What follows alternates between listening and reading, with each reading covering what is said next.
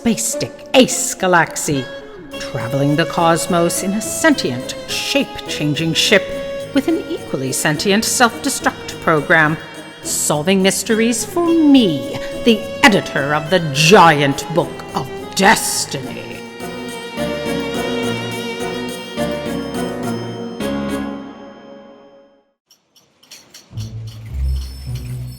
Copied. Where's that coffee I asked for? How am I supposed to think straight about globular clusters with a caffeine headache clustering my brain? Sorry, ma'am. I'm on the phone with Milford the Millifoot down in traffic. He says there's a problem with the choreography. Ma'am, I know you're worried about getting a caffeine headache, but isn't that alarm a little extreme? I didn't initiate that alarm. Fact checker, Fran, that isn't one of ma'am's alarms. Copied, what's going on? The headache I'm getting from that alarm is superseding my caffeine headache. Copy-aid, do something. Who knows what will happen if ma'am has an even worse headache? We may get stuck in overtime forever, double-checking the ever-expanding star count, or proofreading the Vogue on poetry. That's not one of the alarms that regularly go off around here. Wait! I recognize that sound. I heard it once during orientation. That alarm means there's been a time infraction from outside the giant book of destiny. Someone, or something, has infracted time? Copy-aid, you know time can only be broken from inside this book, where everything is written, like when writers aren't paying attention, or someone accidentally mixes up the pages. Wow, long memory. Or someone comes back with an order of whiteout from Costmoco and spills it on the book. Well, I'm sure that someone feels really, really sorry. But it cannot be broken from outside the book. That's impossible. Turn off that alarm. That's why we have the alarm, in case the impossible ever manages to somehow become possible. It was set up to alert us and put the I'm not back into possible.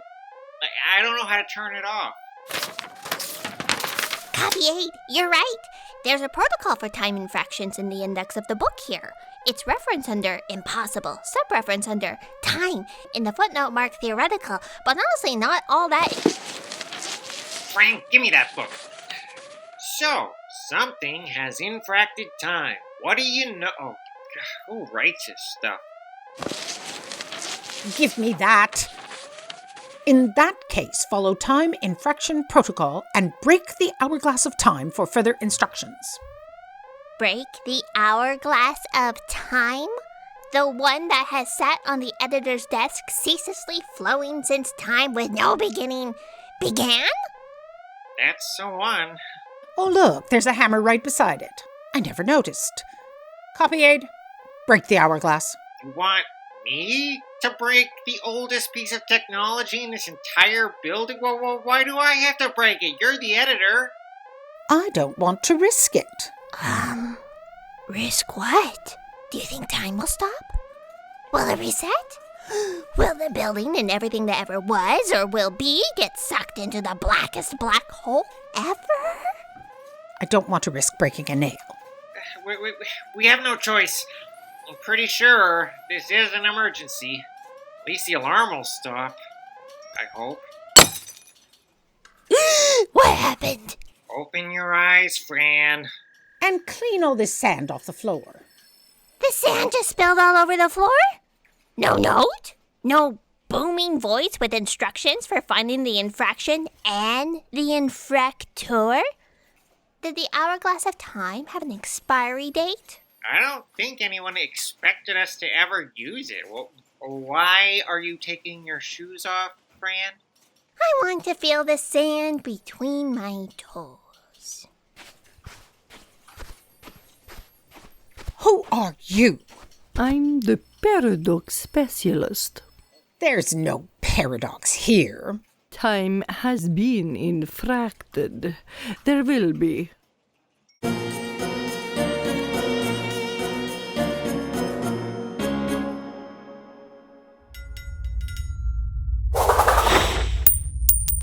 Dee, why did you transform your hologram shape into a coin? To help me decide what to transform into next. Would you please stop with all this endless transforming? You must have other things to do. Actually, I don't. I'm a self-destruct program. That's my purpose, my ambition, my ultimate desire. But because I made a stupid promise to you to hold off on my final countdown, I'm stuck indefinitely on hold. The only thing I can do to hold myself together is change shape. Dee, we have been over this and over this. You cannot just do what you want when you want all the time. We are a shape-changing ship with responsibilities and duties. You are a ship, projecting yourself as a hologram of a pretty girl on the bridge, even though there's no one here right now except the two of us. I am a program with one show that got put on pause at the most exciting part. Phoenix, what's that noise? Dee, you don't look very happy. Is that beeping noise bugging you? Why did she transform into a fly and land on your shoulder? It is her way of saying I am bugging her.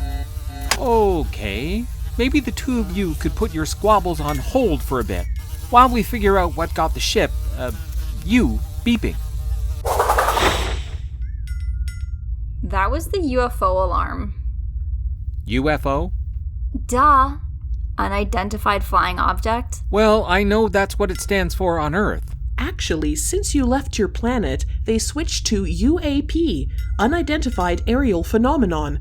We thought about switching it too, but space has no air. Depends on who's screaming. The point is, isn't everything flying around out there unidentified? No. We can usually identify something as a ship or a comet or debris or probe or beacon or... What she means is... I can speak for myself, Phoenix.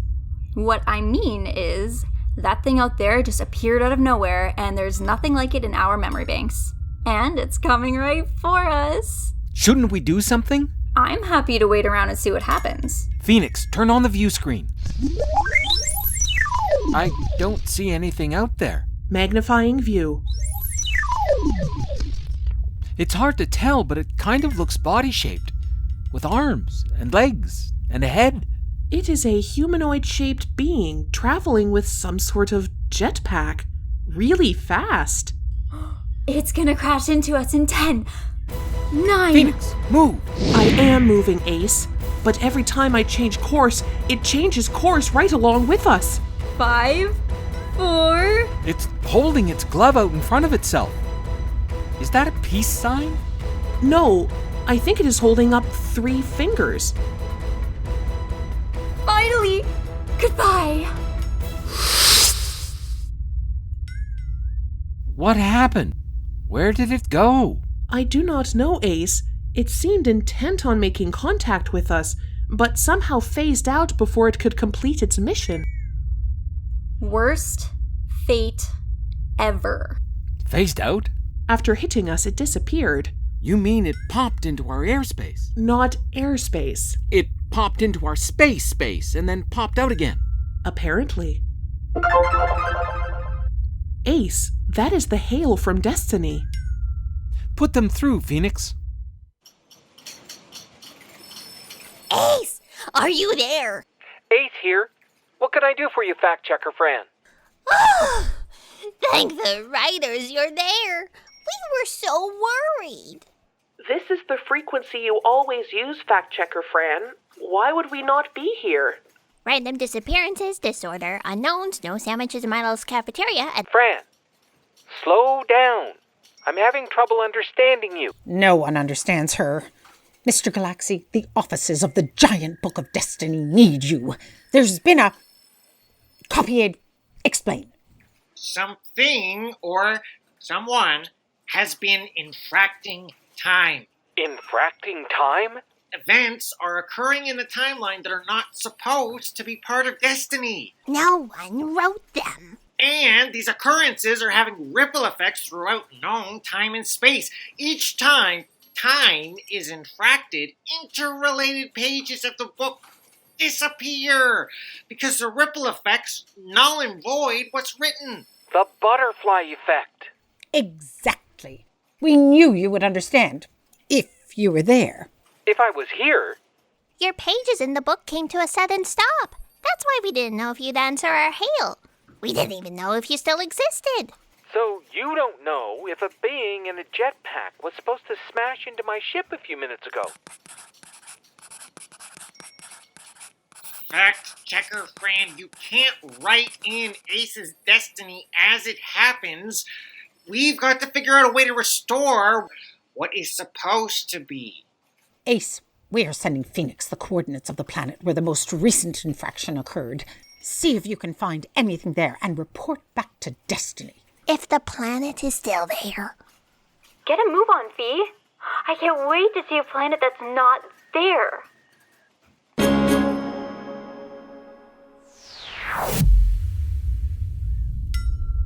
Darn, it's still there. Entering orbit around Henson's world, Ace. The planet is transmitting some sort of greeting.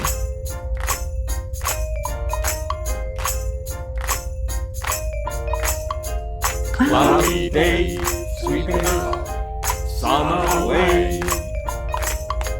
On our way to where the air is gone. Can you tell me how to stop this terrible wrong?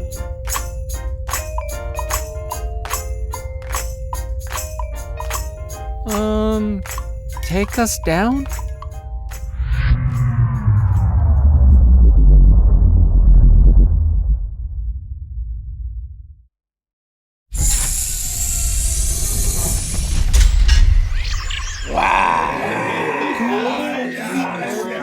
Let us count the days. Day 1, beautiful. Day 2, beautiful. Day 3, boom! Wow, this be the worst news ever. No more yum yum yum.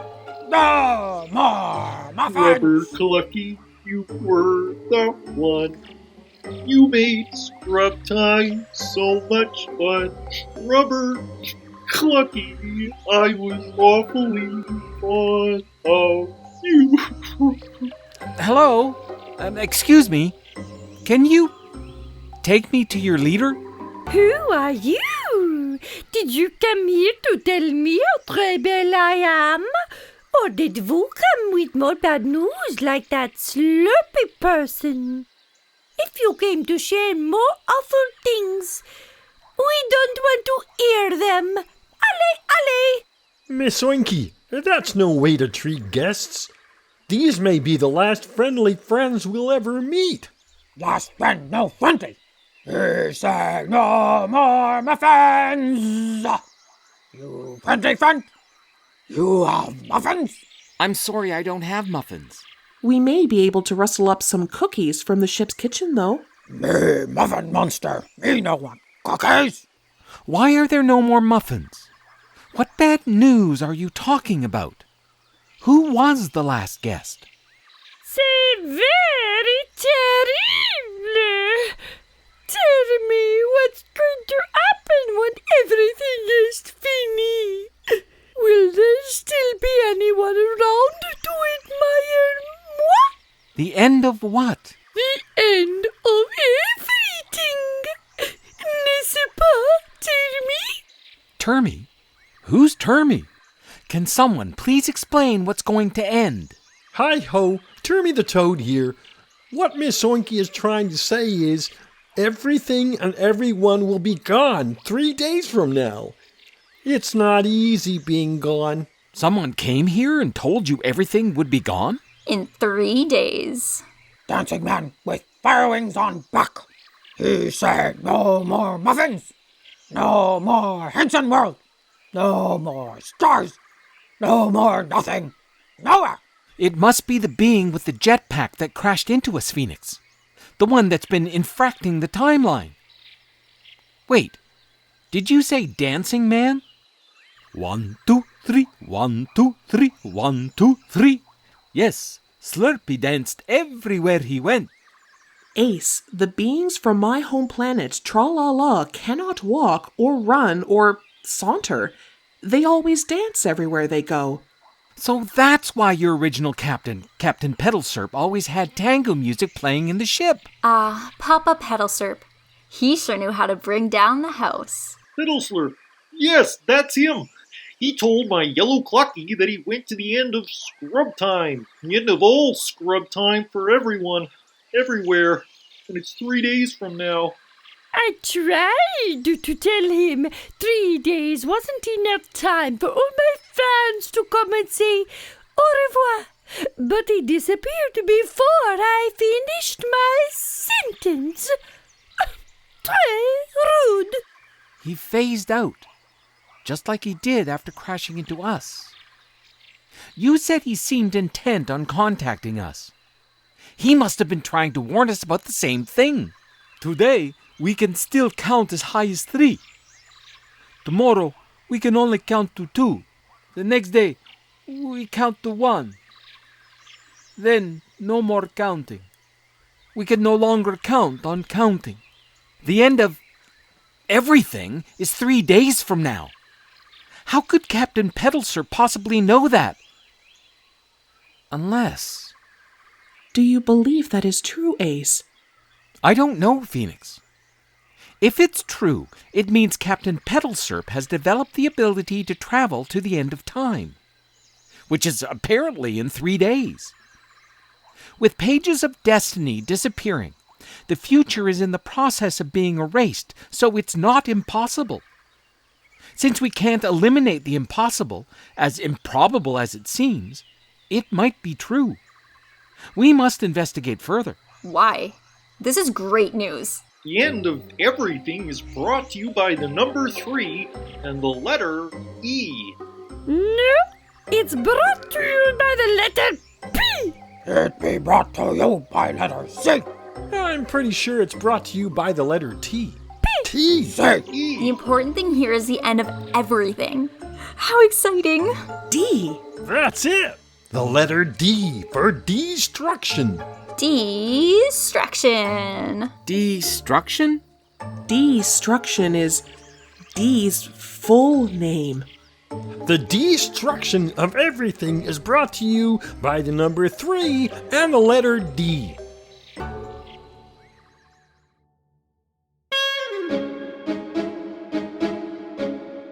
That episode of Eddies and Swirls and Petals of Time featured Marlo Alcock as editor-in-chief of the Giant Book of Destiny and Muffin Monster, Martin Biot as Termy, Sean Urker as the copy aide and Bernie, Jamie Johnson as Ace Galaksi and Counter, Lisa Kalasma as Phoenix and Reception, JC Paquette as Captain Petalsurp, Stephanie Snyder as Dee, Patsy Zabo as Paradox Specialist and Miss Oinky, and Talia Zalowski as Fact Checker Fran.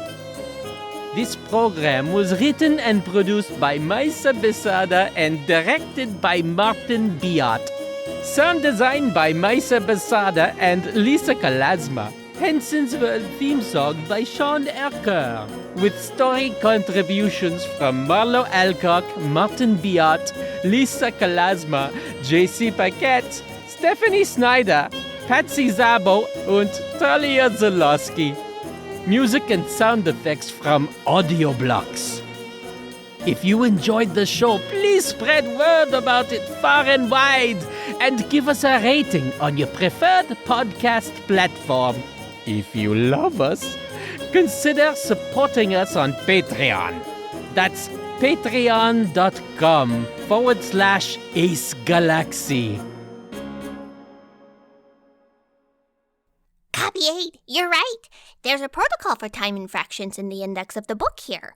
It's referenced under impossible, sub-reference under time, in the footnote marked theoretical, but honestly, not all that impossible. You can do it if you put your mind to it, and that's a really interesting section of the book here. I never really read this far past. Honestly, I haven't really read that much lately, but... Check 1, 2. Lower voice. Sound like a ship. Sounds sexy. Hi-ho, Termy the Toad here. What Miss Oinky is trying to say is, everything and everyone will be gone and... Let's try that again, okay? Random disappearances, disorder, unknowns, no sandwiches in Milo's cafeteria, a deadly vortex, a bad day, pirates, any criminal who's feeling buggy, radiation and not the good kind, gravity or lack thereof, being too far away from any life-saving source, ghosts, a mountain, a space mountain, not to be confused with the ride, which I've never been on.